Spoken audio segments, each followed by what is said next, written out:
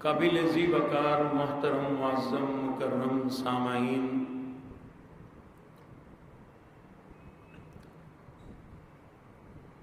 ربیع الاول کا بابرکت مہینہ ہے۔ آج پہلی تاریخ اور پہلا ہی جمعہ ہے۔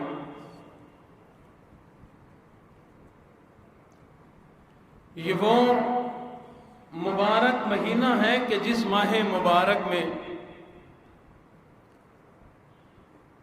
اللہ کے محبوب اور حبیب نبی امام الانبیاء خاتم الانبیاء رسول اللہ صلی اللہ علیہ وسلم دنیا میں تشریف لائے۔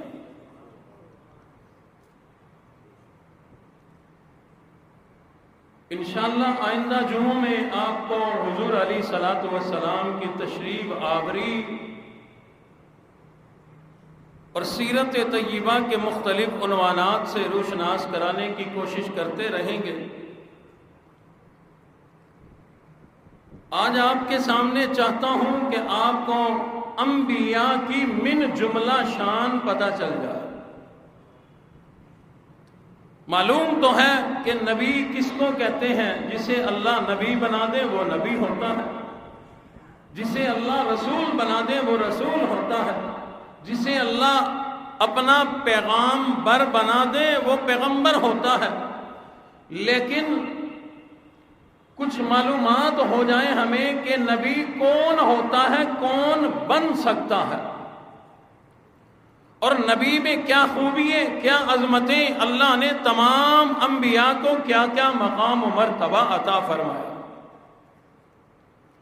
علماء اکرام نے لکھا ہے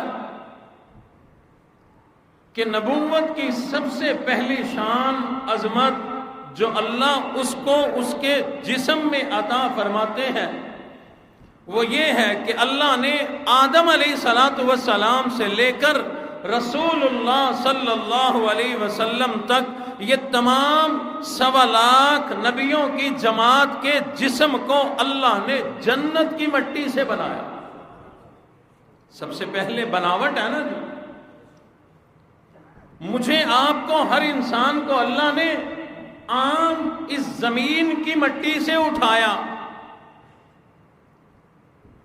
اور پھر قاعدہ ہے کہ جب کوئی آدمی مٹی سے بننے والا یہ انسان جب موت آتی ہے، دنیا سے رخصت ہوتا ہے، تو اس کو دوبارہ مٹی کے سپرد کر دیتے ہیں۔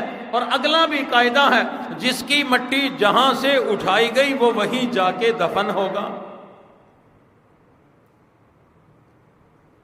عام طور پر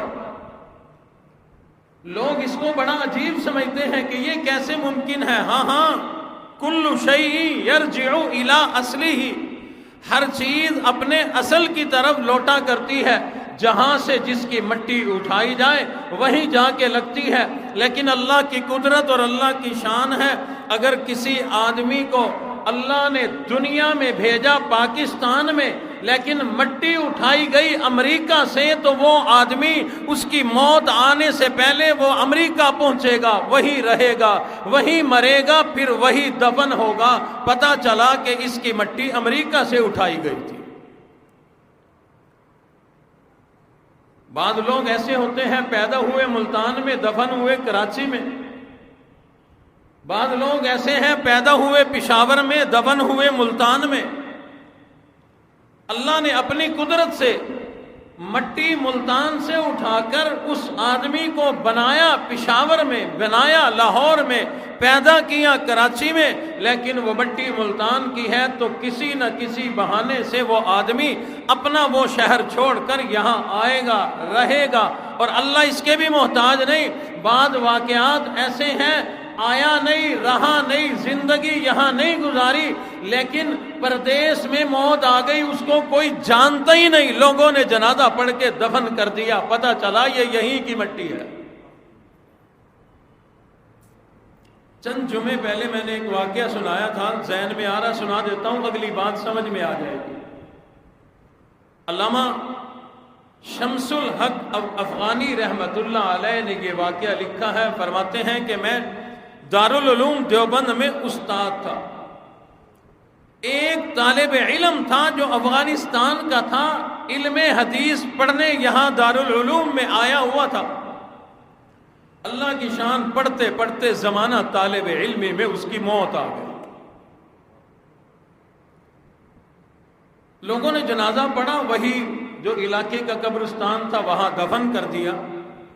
خط لکھ دیا ورثاء کو افغانستان میں کہ تمہارا بیٹا جو یہاں پڑھتا تھا وہ فوت ہو گیا، ہم نے جنازہ پڑھ دیا، اللہ اس کی مغفرت فرمائے، لہذا تمہیں اطلاع ہو گئی. پرانے زمانے کی بات ہے. وہ خط 6 مہینے میں وہاں پہنچا، پھر وہ لوگ وہاں سے چلے، دارالعلوم وہاں پہنچے. آ کر کے قاری محمد طیب قاسمی رحمۃ اللہ علیہ جو اس وقت وہاں کے محتمم تھے انہیں ملے اور کہنے لگے کہ ہم اپنے اس بچے کی میت کو یہاں سے نکال کر افغانستان لے کے جائیں گے، افغانستان لے کے جائیں گے. حضرت نے بڑا سمجھایا، وہ نہیں مانے. بالآخر مولانا قاری طیب قاسمی رحمۃ اللہ علیہ نے شمس الحق افغانی رحمۃ اللہ علیہ کے پاس بھیج دیا کہ تم انہیں سمجھاؤ، تمہارے لوگ ہیں، تمہارے علاقے کے لوگ ہیں، تم ہی انہیں سمجھا سکتے ہو، تمہاری زبان ایک جیسی، شاید یہ تمہاری بات مان لے. انہوں نے بھی سمجھایا لیکن وہ لوگ نہ مانے اور کہنے لگے 2 ہی صورتیں ہو سکتی ہے، یا تو ہم اپنی اس میت کو نکال کر اپنے علاقے میں لے جائیں گے ورنہ ہمارا پورا قبیلہ یہاں آ کر آباد ہو جائے گا.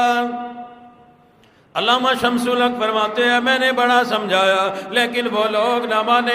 میں نے غصے میں انہیں کہہ دیا تم تو اللہ کا راز کھولنا چاہتے ہو، اللہ کا راز ہے، دفن کر دیا. 6 مہینے گزر گئے لیکن بتلانا سمجھانا اور لوگوں میں یہ چاہتا ہوں وہ مٹی وہاں کی نہیں تھی، وہاں سے اٹھائی نہیں گئی تھی، اس طالب علم کو افغانستان کی مٹی سے بنایا گیا. بالآخر انہوں نے مردے کو زمین سے نکالا، قبر سے نکالا، لے کر گئے افغانستان میں جا کر دفن کر دیا.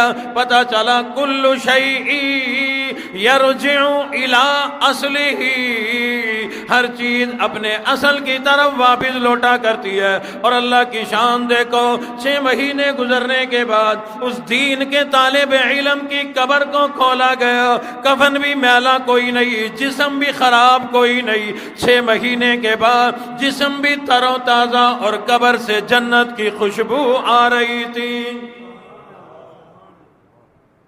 انبیاء اکرام جتنے بھی دنیا کے اندر تشریف لائے ہیں، پروردگار عالم نے تمام کے تمام انبیاء اکرام کے جسموں کو بنانے کے لیے جو مٹی استعمال کی وہ جنت سے اٹھائی گئی، جنت کی مٹی سے جسموں کو بنایا گیا.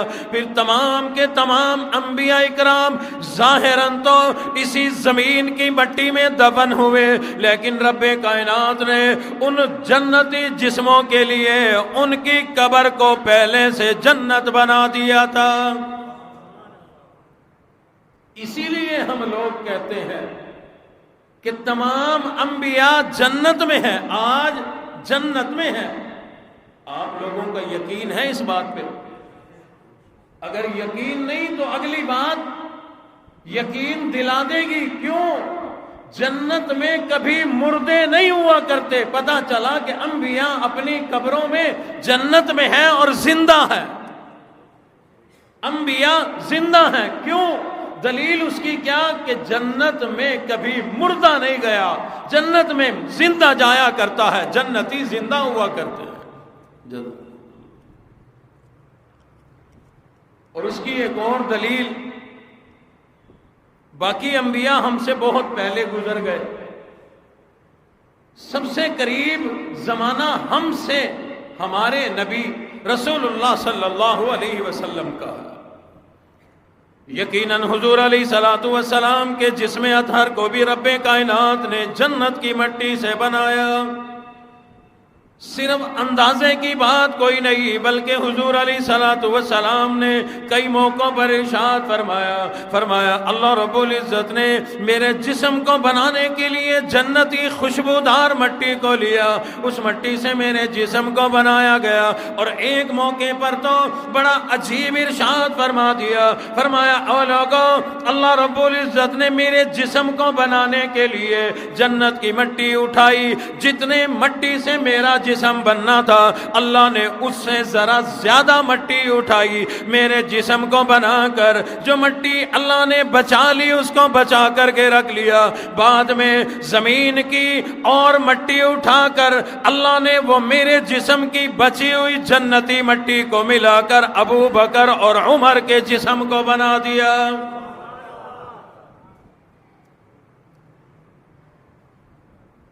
تو ہمارے نبی بھی جنتی مٹی سے بنے، ہر نبی جنتی مٹی سے بنا کرتا ہے، اور اللہ اس کے دنیا سے جانے سے پہلے جہاں اس نے دفن ہونا ہو، جہاں نبی نے آرام کرنا ہو، جہاں نبی کا روزہ بننا ہو، اللہ رب العزت اس جگہ کو جنت بنا دیا کرتے ہیں۔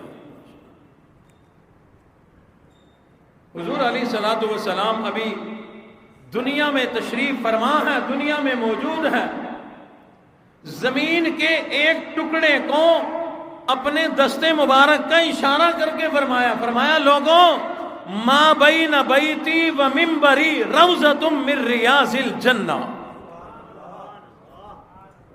پہلے سے ارشاد فرما دیا۔ اور ادھر کیوں ارشاد فرمایا؟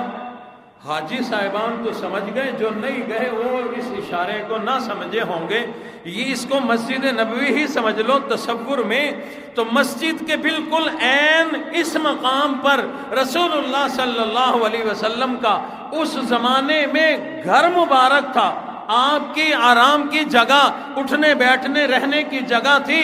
آج وہی جگہ حضور علیہ الصلوۃ والسلام کا روضہ اطہر ہے، جہاں حضور نے اشارہ فرمایا ما بین بیتی، وہ میرا گھر ہے، و منبری، یہ میرا منبر ہے۔ اللہ نے وہاں سے لے کر یہاں تک ساری جگہ کو ریاض الجنہ بنا دیا۔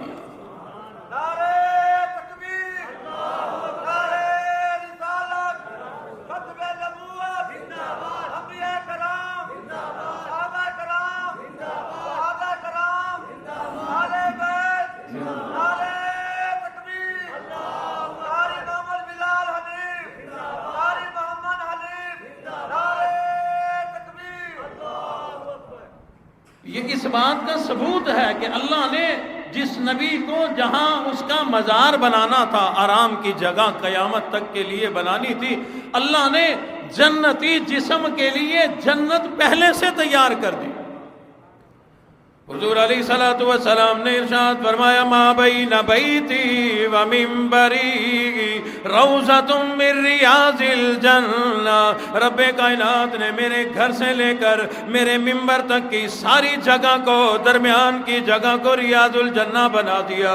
پروردگار عالم نے اس ارشاد کی بدولت، علماء کرام نے لکھا ہے کہ یہ صرف حضور نے نام نہیں دیا، اللہ نے اس جگہ کو صرف نام ہی نہیں دیا، بلکہ اللہ رب العزت نے وہ آسمانوں والی جنت زمین پر اتار دی۔ پھر اس کی بدولت رب کائنات نے ہماری تمام زمین کو بڑی عظمت عطا فرما دی، بڑی فضیلت عطا فرما دی۔ کتنی بڑی عظمت ملی، کتنی بڑی شان اور فضیلت مل گئی۔ علماء کرام نے لکھا ہے کسی زمانے میں زمین آسمان نے آپس میں مناظرہ کیا، مقابلہ کیا، زمین کہتی میری عظمت زیادہ، آسمان کہتا میری عظمت زیادہ۔ آسمان نے اپنی عظمتوں کی دلیلیں پیش کر دی، زمین نے اپنی عظمتوں کی دلیلیں پیش کر دی۔ شاعر نے قلم اٹھایا، ترجمانی کر دی۔ شاعر کہتا ہے کہ آسماں بولا کہ مجھ پر چاند کیسا نور والا ہے، آسماں بولا کہ مجھ پر چاند کیسا نور والا ہے، زمیں بولی کہ مجھ پر بھی محمد کملی والا ہے، آسماں بولا ستاروں سے مزین میرا سینہ ہے، زمیں بولی کہ مجھ پر بھی مکہ اور مدینہ ہے، آسماں بولا کہ مجھ پر صاحب معراج آیا تھا، زمین بولی کہ تجھ سے پہلے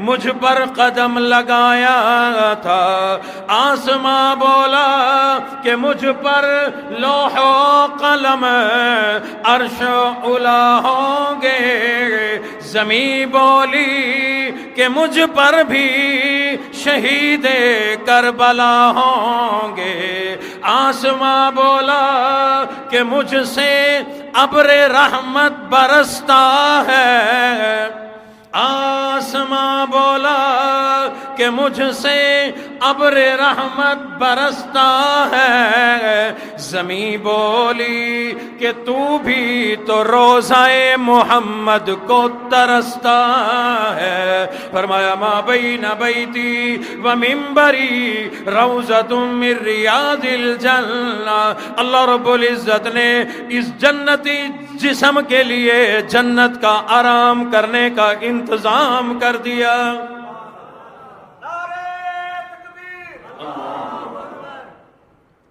پتہ چلا کہ تمام انبیاء کے جسم جنت کی مٹی سے بنتے ہیں۔ میری آج کی گفتگو کو بڑے غور سے سنتے جائیں گے۔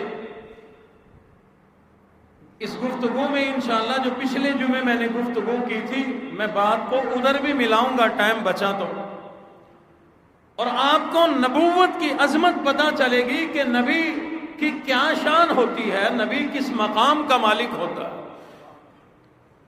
اسی طرح سے علماء اکرام نے لکھا ہے کہ ہر نبی کو رب کائنات نے یہ مقام و مرتبہ عطا فرمایا کہ ہر نبی گناہوں سے معصوم ہوا کرتا ہے۔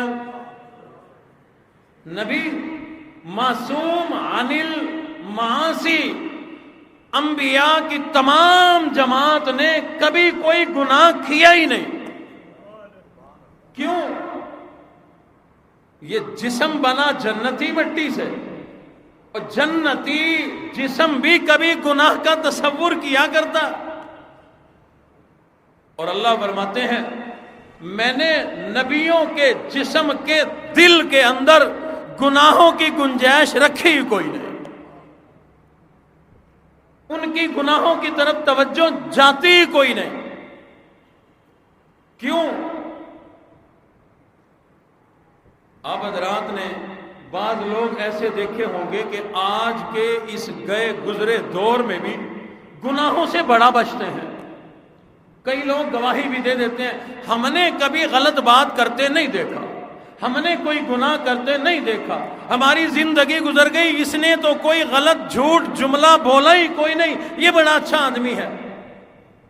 ایک آدمی کوشش کرے اور گناہوں سے بچ جاتا ہے، اور اللہ فرماتے ہیں میرے تمام انبیاء گناہوں سے معصوم ہیں، ان کے قریب گناہ آ ہی نہیں سکتا، اگر آ جائے تو میں اللہ مار مار کے گناہ کو پیچھے ہٹا دیتا ہوں۔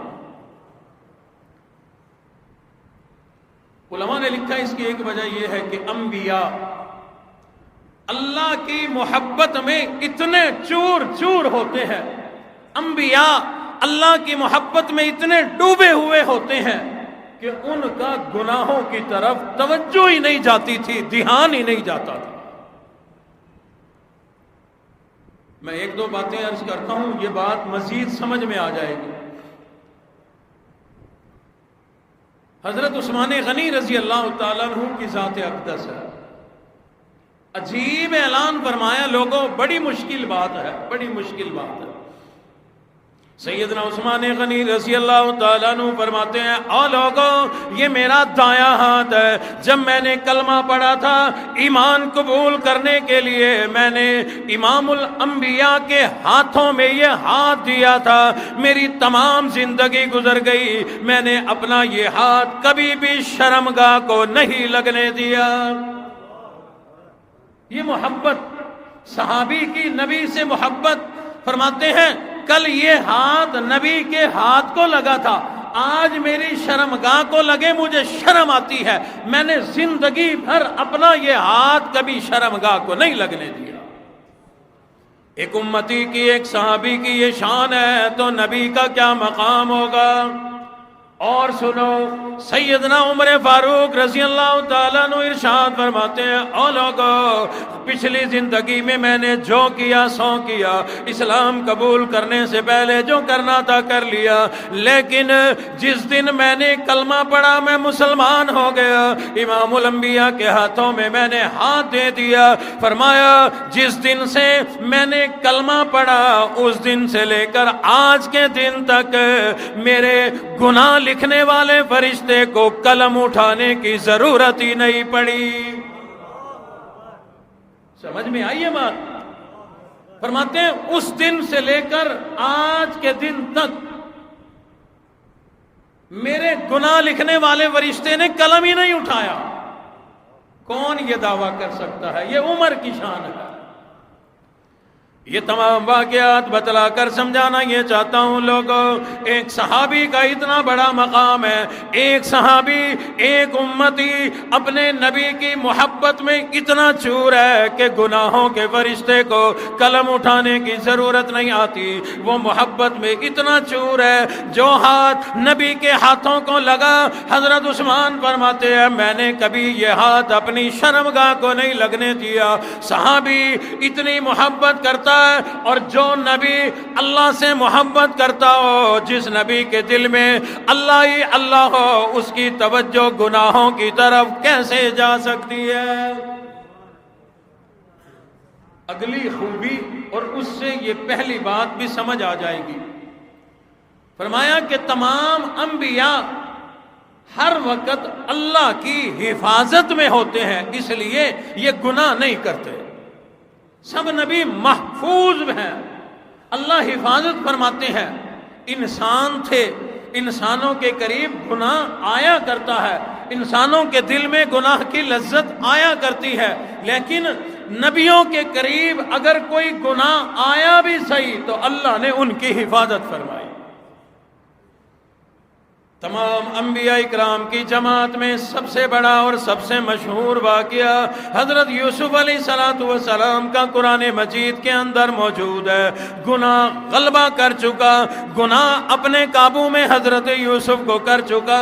7 کمروں کے اندر زلیخا لے کر کے چلی گئی، اپنی برائی کا ارادہ ظاہر کر دیا، لیکن نبی نے فوراً اللہ کی طرف متوجہ کی۔ نبی کہنے لگے او میرے اللہ میری حفاظت فرما، نبوت کی حفاظت فرما۔ قال معاذ اللہ، مولا بنانے والا بھی تو، نبوت کا تاج اڑھانے والا بھی تو، اپنی نبوت کی حفاظت فرما۔ اللہ رب العزت نے نبوت کی حفاظت بھی فرمائی، نبوت کو محفوظ بھی فرمایا، اور اللہ نے وضاحت بھی ارشاد فرما دی۔ اللہ فرماتے ہیں لوگو لولا ارعا برہان ربی، اگر رب کا برہان نہ ہوتا، رب کی حفاظت نہ ہوتی، زلیخا برائی کا ارادہ کر چکی تھی، برائی غلبہ اختیار کر چکی تھی۔ اللہ فرماتے ہیں اگر میں حفاظت نہ کرتا یوسف برائی میں گھر سکتا تھا۔ اللہ فرماتے ہیں ہم نے عجیب انداز کے اندر اس برائی سے یوسف کی حفاظت فرمائی۔ فرمایا کذالک لنصرف عنہ السوء والفحشاء، اللہ فرماتے ہیں برائی کے منہ پہ تھپڑ مار مار کے ہم نے نبی کی حفاظت فرما دی۔ حضور فرماتے ہیں میں لڑکا تھا، بیت اللہ کی تعمیر کر رہے ہیں قریش، بڑی بڑی ان میں برائیاں تھیں، لیکن دیکھو وہ کتنے اچھے لوگ نیت کے تھے۔ بیت اللہ اللہ کے گھر کی تعمیر کر رہے ہیں۔ جب تعمیر شروع ہوئی تو سرداروں میں سے کسی نے اعلان کیا کہ بھائی اللہ کا گھر بنانا ہے ہم نے، یہ ہمارے کپڑے ان میں ہم گناہ کرتے ہیں، لہذا یہ گناہوں والے کپڑے اتار کے ننگے ہو کے تعمیر کرو۔ کر رہے ہیں لوگ تعمیر، حضور بھی ادھر آ گئے، وہاں تشریف لے آئے۔ یہ زمانہ نبوت سے پہلے کا زمانہ۔ لوگوں نے کہا آؤ آؤ محمد صلی اللہ علیہ وسلم تم بھی اللہ کا گھر بن رہا ہے تعمیر میں شریک ہو جاؤ، بڑا ثواب ملے گا۔ فرمایا بالکل میں بھی شریک ہوتا ہوں۔ انہوں نے کہا بھی بات یہ ہے شرکت کی ایک شرط ہے، یہ کپڑے اتار دو جس میں ہم اپنے گناہ کیا کرتے ہیں، لہذا یہ گناہوں والے کپڑے قریب نہ ہو۔ اللہ اکبر۔ اللہ رب العزت نے حضور کی اس وقت حفاظت فرمائی۔ ایک روایت میں یوں بھی ہے، علماء نے لکھا ہے کہ حضور شرکت کرنے کے لیے کپڑے اتار دینا چاہتے تھے، لیکن اللہ کو یہ بات پسند نہ تھی۔ حضور ایک طرف جو تشریف لے جا کر بیٹھے ہیں، اللہ نے نیند کا غلبہ کر دیا، حضور سو گئے، آرام فرما رہے ہیں، جب آنکھ کھلی بیت اللہ تعمیر ہو چکا تھا۔ پروردگار عالم اپنے نبیوں کی یوں ہی حفاظت فرمایا کرتے ہیں۔ ابراہیم علیہ السلام کی آنکھ کے اندر اللہ نے حفاظت فرمائی، یونس علیہ السلام کی مچھلی کے پیٹ کے اندر حفاظت فرمائی، موسیٰ کلیم اللہ کی اللہ نے پانی کے اندر حفاظت فرمائی، اسماعیل ذبیح اللہ کی رب کائنات نے چھری کے نیچے، تیر داغ چھری کے نیچے حفاظت فرمائی، یوسف علیہ السلام کی اللہ نے کنویں میں بھی حفاظت فرمائی، جیل میں بھی حفاظت فرمائی، زلیخا کے جال میں بھی حفاظت فرمائی۔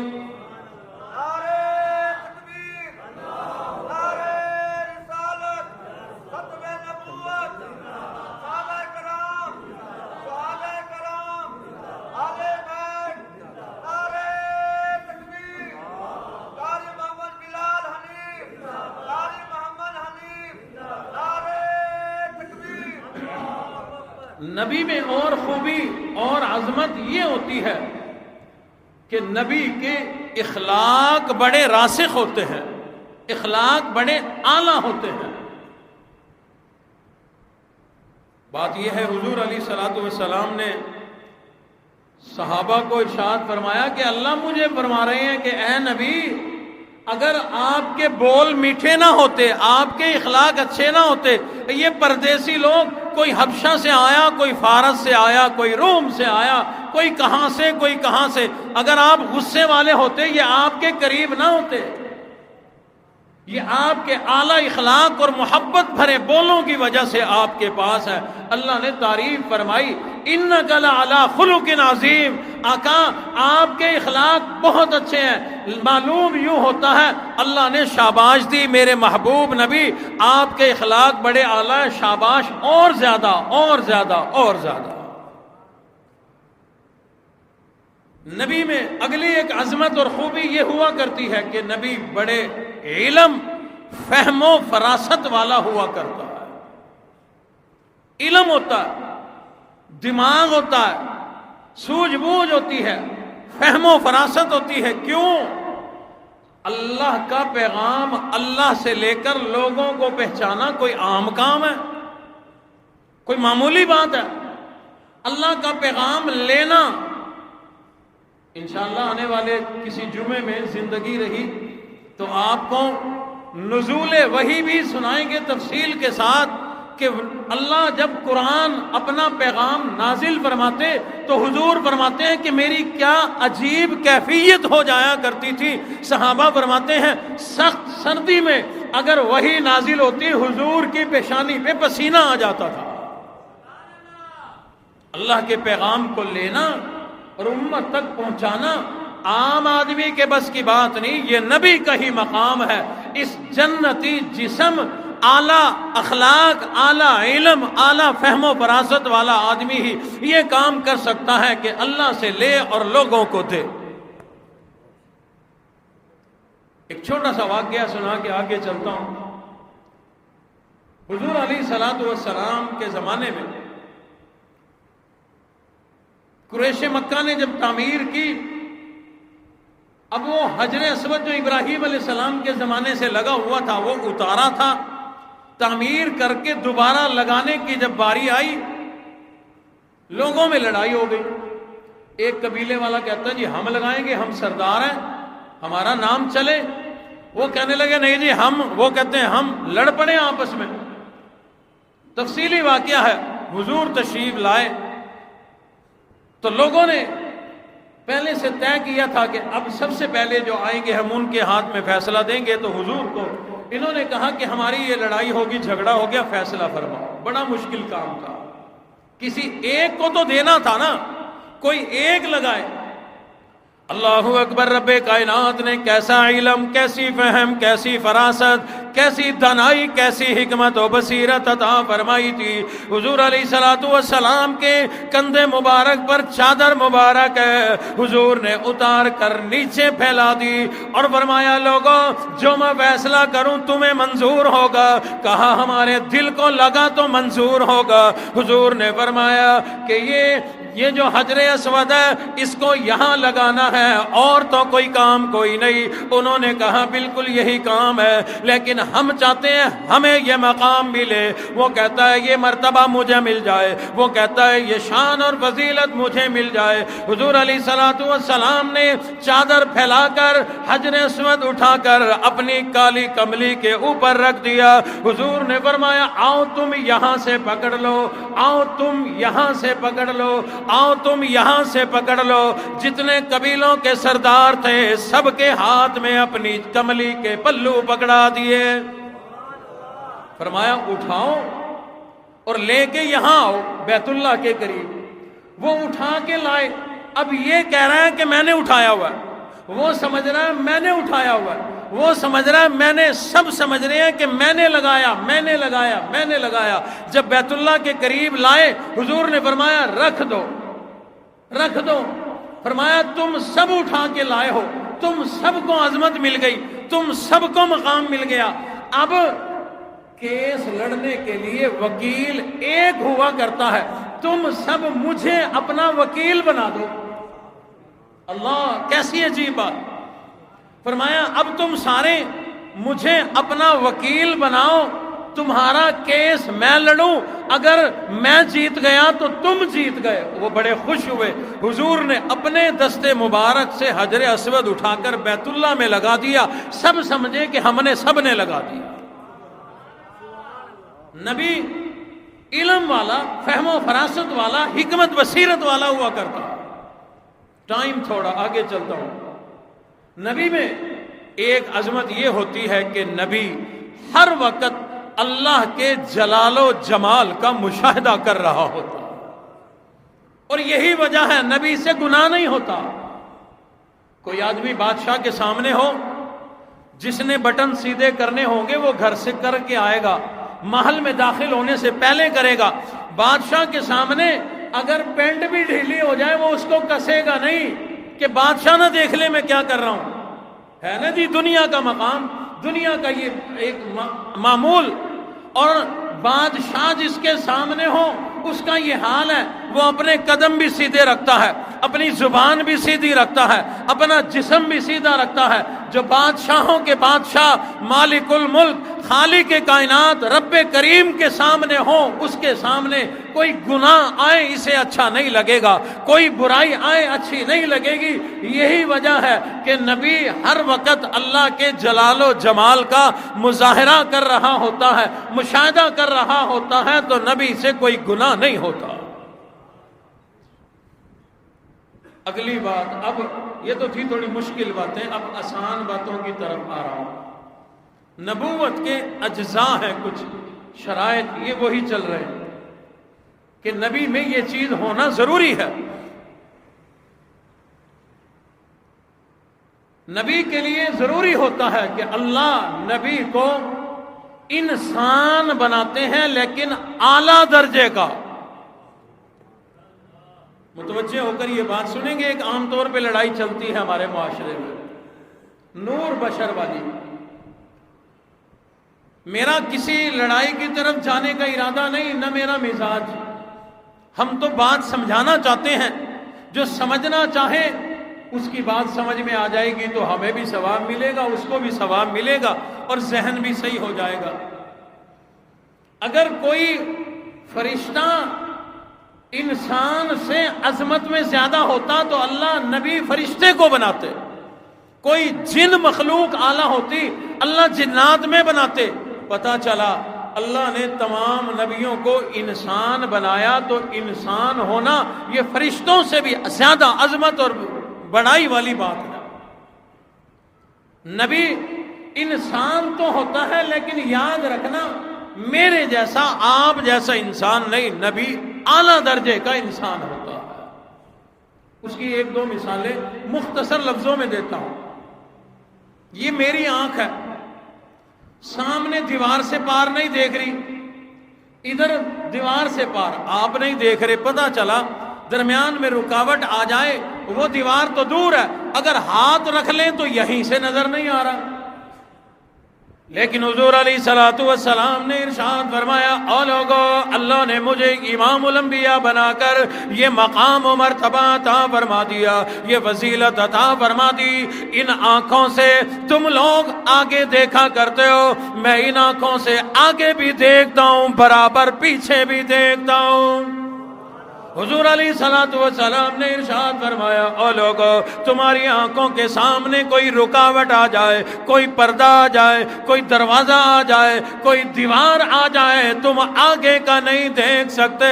فرمایا، او لوگو، میں دیواروں کے آر پار یوں دیکھا کرتا ہوں جیسے تم لوگ شیشوں کے آر پار دیکھا کرتے ہو۔ اور حضور علیہ الصلوۃ والسلام نے فرمایا، لوگو، تمہاری آنکھوں کی بصارت 1 میل تک دیکھیں گی، 2 میل تک دیکھیں گی، 6 میل تک دیکھیں گی، لیکن فرمایا رب کائنات نے مجھے یہ مقام و مرتبہ عطا فرما دیا، میں مکہ میں بیٹھا ہوں، اللہ رب العزت نے مجھے عرش کے نظارے کرا دیے، میں مکہ میں بیٹھا ہوں، اللہ نے آسمانوں کے نظارے کرا دیے، یہاں مکہ میں بٹھا کر اللہ نے تمام کی تمام زمین کو لپیٹ کر میرے سامنے کر دیا، میں نے یہاں بیٹھ کر ساری زمین کو دیکھ لیا۔ فرمایا، او لوگو، میں نے مکہ میں بیٹھ کر بیت المقدس کو دیکھا، میں نے مکہ میں بیٹھ کر نجاشی بادشاہ کے جنازے کو دیکھا۔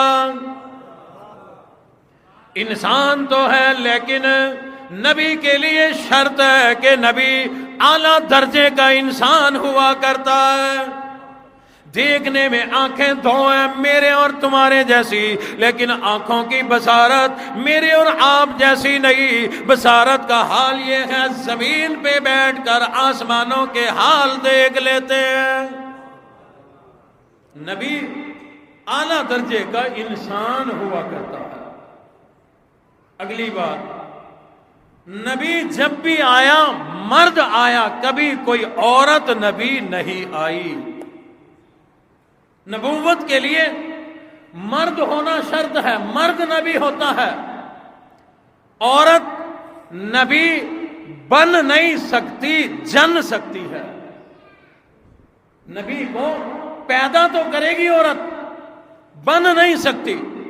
جب بھی نبی آیا، اللہ نے تمام 1.25 لاکھ انبیاء اکرام جو دنیا میں بھیجے، سب کے سب مرد تھے، ایک بھی عورت نہیں آئی۔ میں نے ایک جگہ یہ بات کی تو ایک نوجوان نہیں معلوم تھا، نہیں مطالعہ کرتے، نہیں قرآن پڑھتے، علماء کے پاس نہیں بیٹھتے تو پتہ نہیں ہوتا۔ بہرحال اس کے ذہن میں سوال آیا تو کہنے لگے، جی قرآن میں حضرت مریم کا ذکر ہے، یہ نبی نہیں تھی؟ میں نے کہا، میں نے دوران بیان گفتگو کی تھی کہ نبی عورت بن نہیں سکتی، جن سکتی ہے۔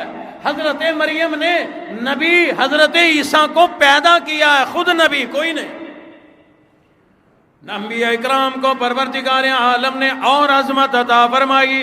ہر نبی میں یہ بات موجود ہوتی ہے کہ کوئی نبی آدم علیہ السلام ہو، نوح علیہ السلام ہو، ابراہیم اور اسماعیل علیہ السلام، تمام کے تمام انبیاء اکرام، حتیٰ کہ امام الانبیاء خاتم الانبیاء رسول اللہ صلی اللہ علیہ وسلم بھی تمام انبیاء اکرام میں سے کوئی ایک نبی بھی خود بخود نبی نہیں بنا، بلکہ نبی مبعوث من اللہ ہوا کرتا ہے۔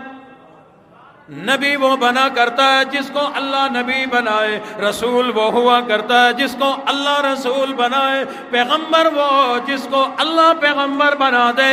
آج تک کوئی آدمی خود بخود نبی نہیں بنا، آج تک کوئی آدمی خود بخود پیغمبر نہیں بنا۔ اپنی مرضی سے محنت کر کے، کوشش کر کے، نمازیں پڑھ کے، روزے رکھ کے، حج کر کے، عبادات کر کے کوئی نبی تو کیا صحابی نہیں بن سکا، کوئی صحابی تو کیا اہل بیت نہیں بن سکا، بلکہ رب کائنات نے چن چن کر اہل بیت بنائے، چن چن کر صحابہ بنائے، اور جس کو چاہا پروردگار عالم نے اس کے سر پر تاج نبوت اڑا دیا۔ کوئی نبی اپنی مرضی سے نبی نہیں بنا کرتا، بلکہ رب کائنات کی وہ ذات جس کو چاہتی ہے نبی بنا دیا کرتے ہیں۔ لیکن اللہ رب العزت نے ارشاد فرما دیا وَلَٰكِن رَّسُولَ اللَّهِ وَخَاتَمَ النَّبِيِّينَ،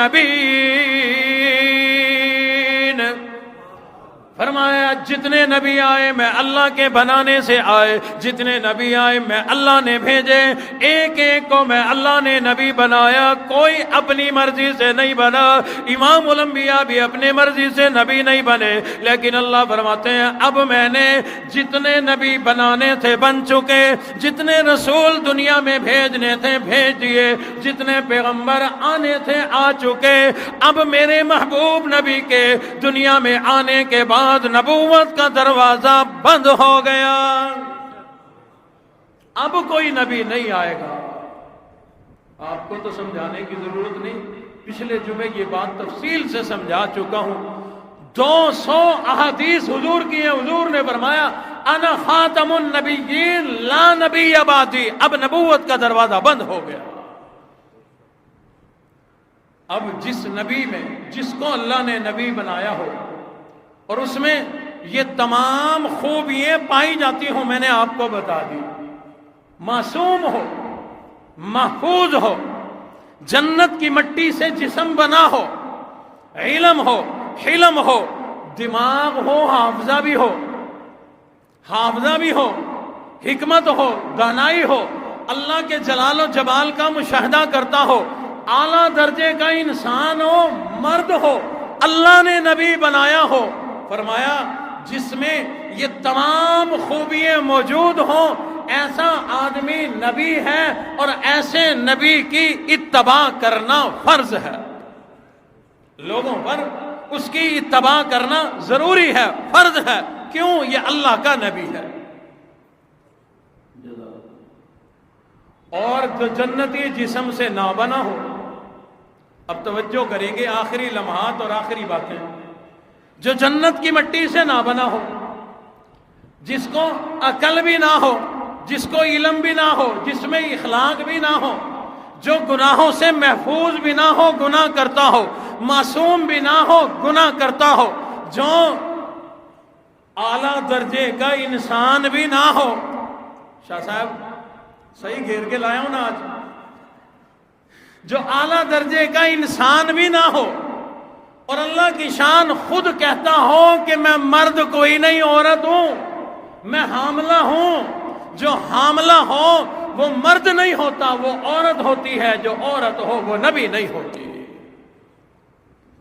اور جس کی زندگی اور جسم کا یہ حال ہو جو میں نے بتلایا، تو ایسا نبی ہی کوئی نہیں، تو اس کی اتباع کرنا فرض کہاں سے آئی؟ مرزا غلام احمد قادیانی لعین، ایسا آدمی جو جنت کی مٹی سے نہیں بنا، کمال ہے۔ اللہ نے سارے نبی بنائے جنتی مٹی سے اور ایک کو زمین کی مٹی سے بنا دیا، اللہ بھول گیا نعوذ باللہ۔ اور وہ معصوم بھی کوئی نہیں، محفوظ بھی کوئی نہیں۔ خود قادیانی کا سگا بیٹا، پیارا بیٹا مرزا بشیر لکھتا ہے کہ ابا جان لعنت اللہ علیہ، ابا جان لعنت اللہ علیہ، میرے ابا کو محلے کی عورتیں آ کر ٹانگیں دبایا کرتی تھی،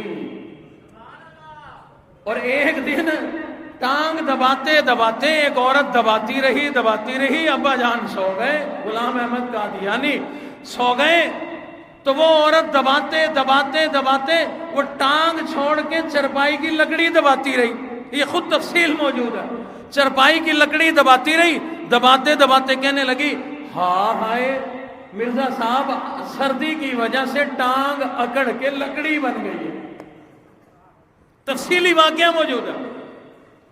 اور اپنی تحریر کردہ کتاب اس کی اٹھاؤ، تفصیل کا وقت نہیں رہا، میں تفصیل میں جا کر نبی سے اس کا موازنہ کرتا کہ نبی کی کیا شان اور اس کی بدماشیاں کیا تھی۔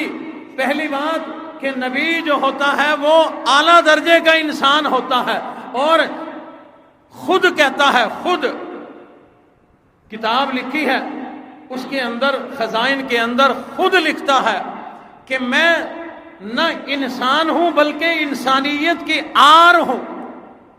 میں آدم ذات نہیں ہوں، میں انسان نہیں ہوں، میں بلکہ انسانیت کی آر ہوں. جو خود کہہ رہا ہے کہ میں انسان نہیں ہوں تو ہم کون ہوتے ہیں اسے انسان کہنے والے؟ اور جو انسان ہی نہیں ہے وہ نبی کہاں سے آئے گا؟ تمام نبی انسان آئے ہیں. اور جو خود کہتا ہے میں انسان نہیں ہوں، یہ آن دی ریکارڈ لکھی ہوئی اپنی کتاب ہے، اور خود لکھتا ہے کہ میرا نام مریم ہے. مرزا قادیانی کہتا ہے میرا نام مریم ہے، اللہ نے رب نے مجھے حاملہ کر دیا، میں حمل محسوس کرتا ہوں، اور جس کو حمل ہو وہ مرد نہیں ہوتا، جو مرد نہ ہو وہ نبی نہیں ہوتا. ابا جی رحمت اللہ علیہ نے ایک جگہ پر بیان فرمایا اسی حوالے سے، فرمانے لگے شکر کرو نبوت سو نہیں پئی. کہتا تھا نا مجھے حمل ہے، حمل ہو گیا، بھی شکر کرو نبوت سو نہیں پئی، بیان نہیں پئی، ورنہ نبوت کا بچہ ہو جاتا.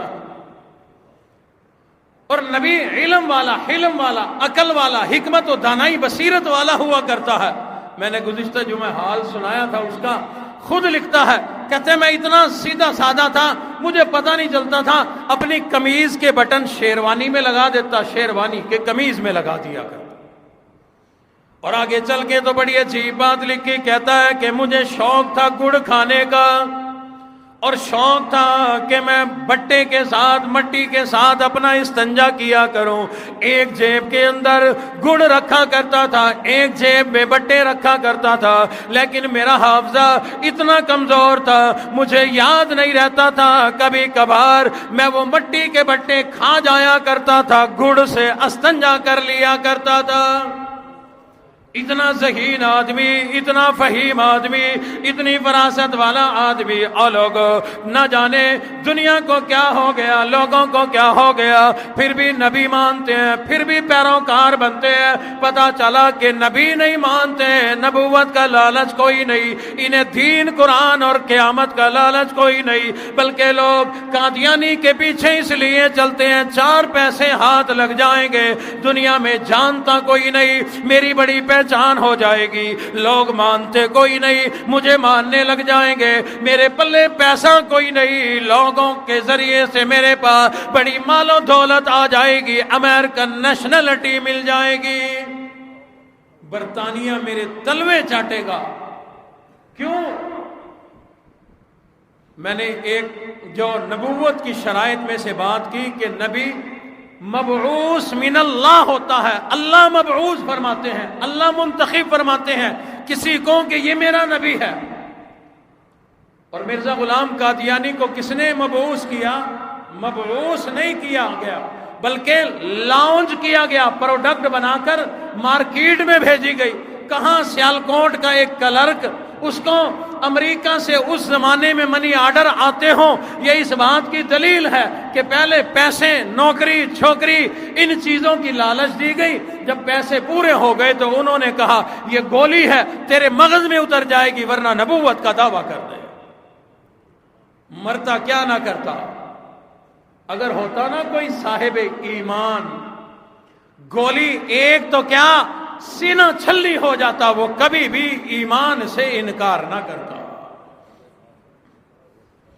صحابہ اکرام کی تمام جماعت کی تاریخ پڑھ کے دیکھو، سیرت پڑھ کے دیکھو، تمام کے تمام صحابہ اکرام نے اتنی بڑی نبوت اور اس قسم کے دعوے تو کیا کرنے تھے، وہ تو صرف محبت کے دعوے دار تھے، امام الانبیاء سے محبت کیا کرتے تھے، کیونکہ حضور علیہ الصلوۃ والسلام نے خود ارشاد فرما دیا تھا لا یؤمن احدکم حتی اکون احب الیہ من والدہ وولدہ والناس اجمعین.